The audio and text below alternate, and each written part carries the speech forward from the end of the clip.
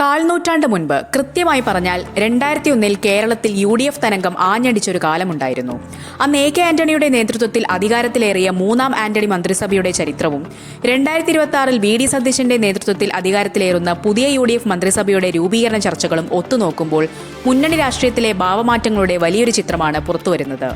അന്ന് ഒറ്റ സീറ്റിൽ ജയിച്ച ഘടകകക്ഷിയെ പോലും നെഞ്ചോട് ചേർത്ത കൈകൾ ഇന്ന് ചരിത്ര വിജയത്തിന്റെ തിളക്കത്തിലും ഘടകകക്ഷികളെ പിണക്കുന്ന രീതിയിലേക്ക് മാറുകയാണോ എന്ന ചോദ്യമാണ് രാഷ്ട്രീയ വൃത്തങ്ങളിൽ ഉയരുന്നത്. 2001 തിരഞ്ഞെടുപ്പിൽ UDFന് ലഭിച്ചത് 99 സീറ്റുകളായിരുന്നു. ഇതിൽ കോൺഗ്രസ് ഒറ്റയ്ക്ക് 63 സീറ്റുകൾ നേടി കരുത്തുകാട്ടി. തൊട്ടുപിന്നിൽ 16 സീറ്റുകളുമായി മുസ്ലിം ലീഗും ഉണ്ടായിരുന്നു.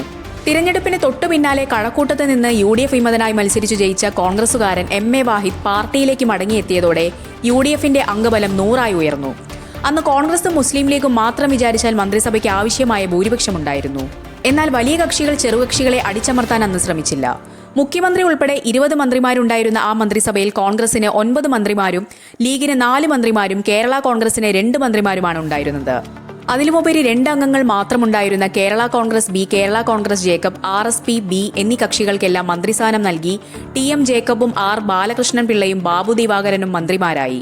അത്രയുമല്ല, കേവലം ഒരൊറ്റ സീറ്റിൽ മാത്രം ജയിച്ച CMPയിലെ MV രാഘവനെയും മന്ത്രിസഭയ്ക്ക് പുറത്തു നിർത്തിയില്ല. ജയിച്ച എല്ലാ ഘടകകക്ഷികൾക്കും 5 വർഷവും പൂർണ്ണകാല മന്ത്രിസ്ഥാനം നൽകി മുന്നണി മര്യാദയുടെ ഉത്തമ മാതൃകയായാണ് അന്ന് AK ആന്റണി കാട്ടിയത്. KR ഗൗരിയമ്മയും മന്ത്രിസഭയിലുണ്ടായിരുന്നു. അന്ന് മികച്ച വിജയമാണ് JSS നേടിയത്. കാലം മാറി 2026 എത്തുമ്പോൾ UDFന് കൈവന്നത് 102 സീറ്റുകളുടെ വൻ ഭൂരിപക്ഷമാണ്. കോൺഗ്രസ് ആകട്ടെ 2001 സമാനമായി 63 സീറ്റുകളിൽ വിജയിച്ച വലിയ കക്ഷിയായി മാറി. എന്നാൽ മന്ത്രിസഭാ രൂപീകരണത്തിലേക്ക് കടന്നപ്പോൾ അണിയറയിൽ നടക്കുന്നത് വടംവലികളും കടുംപിടുത്തങ്ങളുമാണ്. ഇത്തവണ കോൺഗ്രസിന് 11 മന്ത്രിമാരെ വേണം. മികച്ച വിജയം കാഴ്ചവെച്ച മുസ്ലിം ലീഗ് 5 മന്ത്രിസ്ഥാനങ്ങൾക്കായി ഉറച്ചു നിൽക്കുന്നു. ഇതോടെ ചെറുകക്ഷികളെ തൃപ്തിപ്പെടുത്താൻ കോൺഗ്രസ് കണ്ടെത്തിയ വഴി മന്ത്രിസ്ഥാനം വീതം വയ്ക്കൽ അഥവാ ടേം വ്യവസ്ഥയാണ്. കേരള കോൺഗ്രസ് ജേക്കബ് പ്രതിനിധി അനൂപ് ജേക്കബിനും നാഷണലിസ്റ്റ് കോൺഗ്രസ് കേരള NCK നേതാവ് മാണി C കാപ്പനും 2.5 വർഷം വീതം മന്ത്രിസ്ഥാനം പങ്കിടേണ്ടി വരുന്ന അവസ്ഥയിലാണ് കാര്യങ്ങൾ. UDFന്റെ ചരിത്രത്തിൽ ഇത്തരമൊരു ഫോർമുല ഇതാദ്യമായാണ്. മുന്നണിയുടെ പ്രതിസന്ധി ഘട്ടങ്ങളിലും ഉറച്ചുനിന്ന ചരിത്രമാണ് കേരള കോൺഗ്രസ് ജേക്കബിനുള്ളത്. UDFന്റെ വലിയ ജനകീയ മുഖങ്ങളിലൊന്നായ മാണി C കാപ്പനാകട്ടെ ശക്തമായ LDF തരംഗത്തിലും. പാലായിൽ UDF പതാക പാറിച്ച പോരാളിയാണ്. എന്നിട്ടും അർഹമായ പൂർണ്ണകാല മന്ത്രിസ്ഥാനത്തിന് പകരം ഇവർക്ക് കസേര പങ്കിടേണ്ടി വരുന്നത് രാഷ്ട്രീയമായി എത്രത്തോളം ശരിയാണെന്ന ചോദ്യം അവശേഷിക്കുന്നു. മുൻപ് മന്ത്രിയായിരുന്ന കഴിവ് തെളിയിച്ച വ്യക്തിയാണ് അനൂപ് ജേക്കബ്. അദ്ദേഹത്തെ പോലൊരു നേതാവിന് 2.5 വർഷത്തെ താൽക്കാലിക പദവി നൽകുന്നത് പാർട്ടി പ്രവർത്തകർക്കിടയിലും അമർഷത്തിന് കാരണമായിട്ടുണ്ട്. ഭൂരിപക്ഷമുണ്ടെന്നു കരുതി ചെറുകക്ഷികളെ രണ്ടാം കിടക്കാരായി കാണുന്ന ശൈലി UDFന് പാരമ്പര്യമുള്ളതല്ല.